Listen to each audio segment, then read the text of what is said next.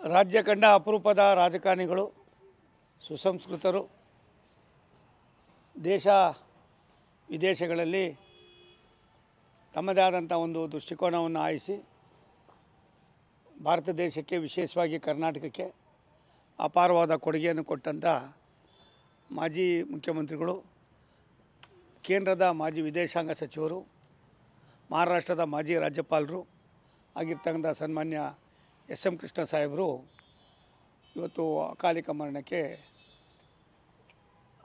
ಮರಣವಾಗಿದ್ದಾರೆ. 92 ವರ್ಷ ನಿರಂತರವಾದ ಸೇವೆಯನ್ನು ಮಾಡೋದ್ರ ಮುಖೇನ ಸಮಾಜಮುಖಿಯಾಗಿ ಕೆಲಸವನ್ನು ಮಾಡಿದ್ದಾರೆ. ಜನಪರ ಕಾರ್ಯಕ್ರಮಗಳಿಗೆ ಒತ್ತನ್ನು ಕೊಟ್ಟಿದ್ದಾರೆ. ಕರ್ನಾಟಕದ ರಾಜಧಾನಿ ಬೆಂಗಳೂರನ್ನು ನಾಡಪ್ರಭು ಕೆಂಪೇಗೌಡರ ಬೆಂಗಳೂರಿಗೆ ಒಂದು ಹೊಸ ಚೈತನ್ಯವನ್ನು ತುಂಬಿದವರಲ್ಲಿ, ಒಂದು ಹೊಸ ಬೆಳವಣಿಗೆಯನ್ನು ಕೊಟ್ಟಂಥವರಲ್ಲಿ ಸನ್ಮಾನ್ಯ ಎಸ್.ಎಂ. ಕೃಷ್ಣ ಅವರು ಮೊದಲಿಗರು. ವಿಶೇಷವಾಗಿ ಮಠಮಾನ್ಯಗಳ ಬಗ್ಗೆ, ಹರಗುರು ಚರಮೂರ್ತಿಗಳ ಬಗ್ಗೆ ಅವರಿಗಿದ್ದಂಥ ಅಪಾರವಾದ ಕಾಳಜಿ, ಕನ್ಸರ್ನು, ನಂಬಿಕೆ ಮತ್ತು ಗೌರವ ಪ್ರಾಯಶಃ ನಾನು ಕೂಡ ಹತ್ತದಿಂದ ಬಲ್ಲವನಾಗಿದ್ದೇನೆ. ಬಿಸಿಯೂಟದ ಯೋಜನೆಯನ್ನು ಕರ್ನಾಟಕಕ್ಕೆ ಸಮರ್ಪಣೆ ಮಾಡುವ ಸಂದರ್ಭದಲ್ಲಿ ಬೆಳಗ್ಗೆ 6:30 ಗಂಟೆಗೇ ನಾನು ಅವರು ಮುಖ್ಯಮಂತ್ರಿಗಳಾಗಿದ್ದರು. ನಾನು ಅವರಿಬ್ಬರು ಸಿದ್ಧಗಂಗಾ ಮಠಕ್ಕೆ ಹೋಗಿ ಸುಮಾರು 3 ಗಂಟೆಗೂ ಮೇಲ್ಪಟ್ಟು ಸ್ವಾಮಿಗಳವರ ಜೊತೆಯಲ್ಲಿ, ಅವ್ರ ತಂದೆಯವ್ರ ಜೊತೆಯಲ್ಲಿ ಇದ್ದಂಥ ಸಿದ್ಧಗಂಗಾ ಮಠಕ್ಕೂ ಅವ್ರಿಗೆ ಒಡನಾಟ, ಅವರಲ್ಲಿದ್ದಂಥ ಒಡನಾಟವನ್ನು ನೆನೆಸ್ಕೊಂಡು ವಾಪಸ್ ಬರುವಾಗ ಸಾಲುಗಟ್ಟಿ ಮಕ್ಕಳೆಲ್ಲರೂ ಕೂಡ ಮೇಲ್ಗಡೆ ಒಂದು ಟವಲ್ ಹಾಕ್ಕೊಂಡು ತಟ್ಟೆ ಹಿಡ್ಕೊಂಡು ಊಟಕ್ಕೆ ಹೋಗ್ತಾಯಿದ್ರು. ನನಗೆ ಕೇಳಿದ್ರು ಅವಾಗ ಎಸ್.ಎಂ. ಕೃಷ್ಣ ಸಾಹೇಬ್ರು ಏನಿದು ಅಂತ. ಈ ಥರ ಹೀಗಿದೆ ಅಂತ ಅಂದ್ಬಿಟ್ಟು ಅವಾಗ ಗಾಡಿ ನಿಲ್ಲಿಸಿ, ಅವತ್ತು ಕ್ಯಾಬಿನೆಟ್ ಮೀಟಿಂಗ್ ಇತ್ತು. ಸನ್ಮಾನ್ಯ ಶಂಕರಲಿಂಗೇಗೌಡರಿಗೆ ದೂರವಾಣಿ ಮುಖೇನ ಮಾತನಾಡಿ ಆ ಕ್ಯಾಬಿನೆಟ್ ಮೀಟಿಂಗನ್ನು ಮುಂದಕ್ಕೆ ಹಾಕಿ ಅಂತ ಹೇಳಿ, ಆವಾಗ ಮಕ್ಕಳು ಊಟ ಮಾಡ್ತಕ್ಕಂಥ ಜಾಗಕ್ಕೆ, ಅಡುಗೆ ಮನೆಗೆ ಸ್ವತಃ ನಾನು, ಅವತ್ತಿನ ಮುಖ್ಯಮಂತ್ರಿಗಳಾದಂಥ ದಿವಂಗತ ಇವತ್ತಿನ ಎಸ್.ಎಂ. ಕೃಷ್ಣ ಸಾಹೇಬರು, ಪೂಜ್ಯ ಶ್ರೀಗಳವರು ಹೋಗಿ ಎಲ್ಲ ನೋಡ್ಕೊಂಡು ಬಂದು, ಅದಾದಮೇಲೆ 1 ವಾರದಲ್ಲಿ ಕರೆದು ಇವತ್ತು ಬಿಸಿಯೂಟದ ಯೋಜನೆಯನ್ನು ಮಾಡುವಾಗ ಯಳಂದೂರಿನಲ್ಲಿ ಅದನ್ನು ಸಹೋದರಿ ಶ್ರೀಮತಿ ಮೋಟಮ್ಮ ಅವರು ಅದರ ಸಂಬಂಧಪಟ್ಟಂಥ ಮಂತ್ರಿಗಳಾಗಿದ್ದರು. ನಾನು ಕೂಡ ಆ ಕಾರ್ಯಕ್ರಮಕ್ಕೆ ಶಾಸಕನಾಗಿ ಹೋಗಿದ್ದೆ.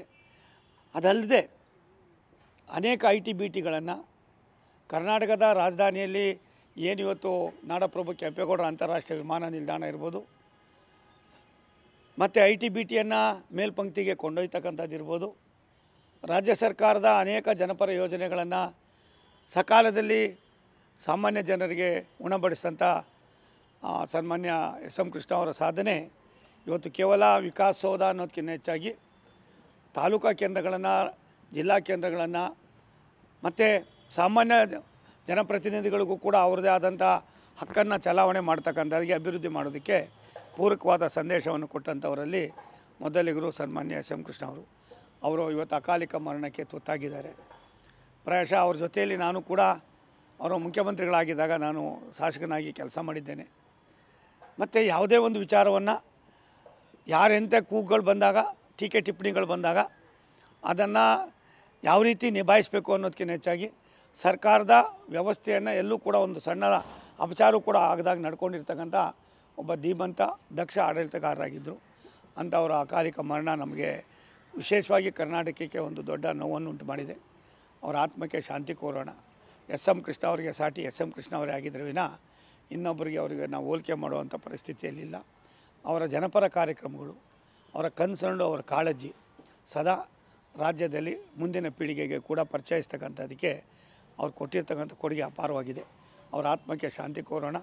ಅವ್ರ ಕುಟುಂಬ ವಿಶೇಷವಾಗಿ ಅವ್ರಿಗೆ ಇದ್ದಂಥ ಕನ್ಸರ್ನ್ನಲ್ಲಿ ಎಲ್ಲೋ ಒಂದು ಕಡೆ ಅವರ ಅಳಿಯರಾದಂಥ, ನನ್ನ ಮಿತ್ರರಾಗಿದ್ದಂಥ ದಿವಂಗತ ಸಿದ್ಧಾರ್ಥ ಅವರು ಅಕಾಲಿಕ ಮರಣಕ್ಕೆ ತುತ್ತಾದ ಮೇಲೆ ಸ್ವಲ್ಪ ಮಾನಸಿಕವಾಗಿ ಜರ್ಜರಿತರಾದರು. ಆದರೂ ಕೂಡ 92 ವರ್ಷಗಳ ಕಾಲ ಸುದೀರ್ಘವಾದ ಜನಸೇವೆಯನ್ನು ಮಾಡಿದ್ದಾರೆ.